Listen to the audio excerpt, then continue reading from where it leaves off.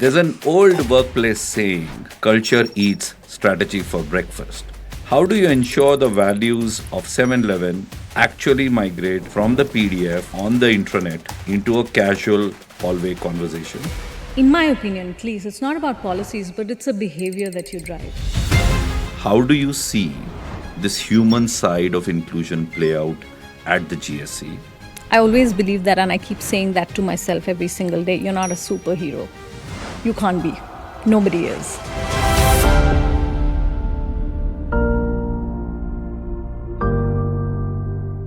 My name is Srini Ramaswamy, founder of Men's Circle India, and I welcome you all to 7 Minutes at 11. At 7-Eleven, making lives better isn't just a tagline on the storefront. It's the heartbeat of the Global Solution Center. Inclusion is often treated as a math problem, counting heads.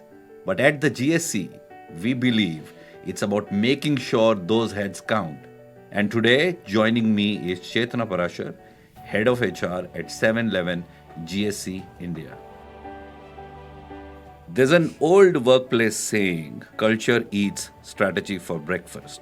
How do you ensure the values of 7-Eleven actually migrate from the PDF on the intranet into a casual hallway conversation? I think most organizations today just get into that rabbit hole of talking about, are we meeting this metric? Are we meeting that? How do we look at inclusion?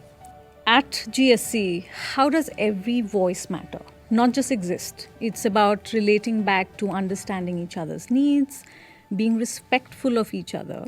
And they say true belonging is when you don't have to, you can just fit in. You don't have to be, actually show a different side of you to fit in into the culture, right? So to be able to bring your true selves to the organization every single day, I think that's what matters. And the other aspect of it is, I think inclusion is really not, in my opinion at least, it's not about policies, but it's a behavior that you drive. And from a larger perspective, I wouldn't probably talk about one leader per se, but if I have to talk about how leaders drive inclusion again, I would take an example of, we have a lot of EBRGs, employee-led business groups that we run at GSC to help the sense of communities, to help employees run their initiatives on their own. Thanks, Chetna, for sharing those wonderful points. How do you see this human side of inclusion play out at the GSC? Srini, I'll tell you, leaders are the key folks who drive this for you. I always believe that, and I keep saying that to myself every single day. You're not a superhero. You can't be. Nobody is. So I say this to every leader that I speak to all the time, and in fact to myself every day as well, that it's okay to not be okay. You have to choose your battles. Everything is not for you to win. I'll give you a recent example where we had an employee who was planning on she was on the family way and she was planning on a maternity break. And I have this leader who walks up to me and says, you know what, I need to promote her before she goes on maternity. And the sense of pride to have a leader come up to me and say something like that is beyond what I can explain to you today, because someone who really thinks that I want to acknowledge the fact that this woman in my team has been a high-performing employee, and I don't want to change anything about how she performs just because she's going to go on a maternity break. I think that's what I say about being your true self at work. People need to see it in you. People need to see your passion. And at GSC, we call our leadership group itself LEAP, which means lead with empathy and passion, right? So show your passion, because that's where even your empathy will show in everything that you do. So I love the example that you shared. I'm very curious to understand what were the response or the reactions of the team. I'll tell you about the response of the employee before the team.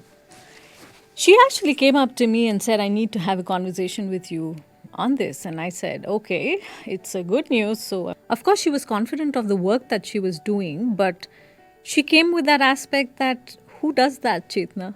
everybody thinks that, okay, she's going on maternity leave, it's as good as that employee not being in the team for the next 9 months. To change that mindset is difficult, but it did leave, and it will leave a lasting impact on her career. It's such a great example that you shared. And I'm reminded of this phrase that I've heard. If you want to go fast, go alone. If you want to go far, go together. And by taking everyone along with him. So thanks for sharing that. How are you proving to the skeptics that the inclusive hiring does not slow the engine, but it actually gives more horsepower? Is there a specific initiative, perhaps a growth engine for inclusion that has resulted in better product or perhaps a faster solution because of the voices that you had in the room were diverse? I'll talk about one or two initiatives that I think has really worked for our inclusive hiring at GSC. One of it is university hiring, which I'm extremely thrilled about. And the second aspect is we run a program called Reboot, which is specifically for women who have been on a career break and want to come back. Again, extremely devoted, committed folks who really want to come back. I think inclusive hiring is the need of the organization today. It's just not about whether you want it or not. I want to segue into the work part, and I'm going to sort of reflect on terms that I've always heard. Work stays at work. How do you see this culture of inclusion rippling out beyond the office walls? Work does not stay at work. Let me just start with that. But I would say it in a good note. Am I taking the work tensions or things that's not working out for me in the office back home and then passing it on to my family members? Then work should stay at work. But am I taking things that I've learned as a behavior, as something that I would like to do for somebody, even as simple as helping my neighbor do with something that I've learned out of work because of our sheer motto of making lives better? You should definitely take it home. Be passionate about what you do because your people are watching you. Listening, and I would double tap that with intentional listening. It's really hard.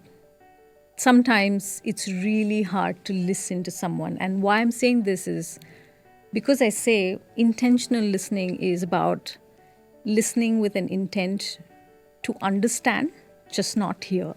I on that note, I'm going to ask you, what got you to be in the space of leading the inclusion diversity?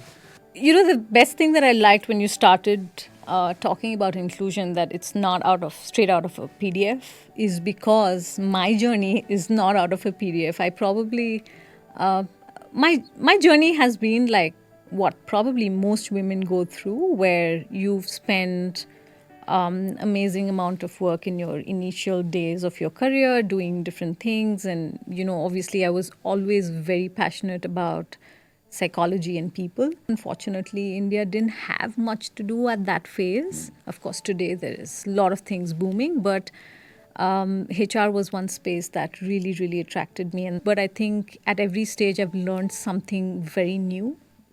I've learned a lot from my fellow colleagues, from my juniors in the team, who always brings in a different perspective to how you're thinking.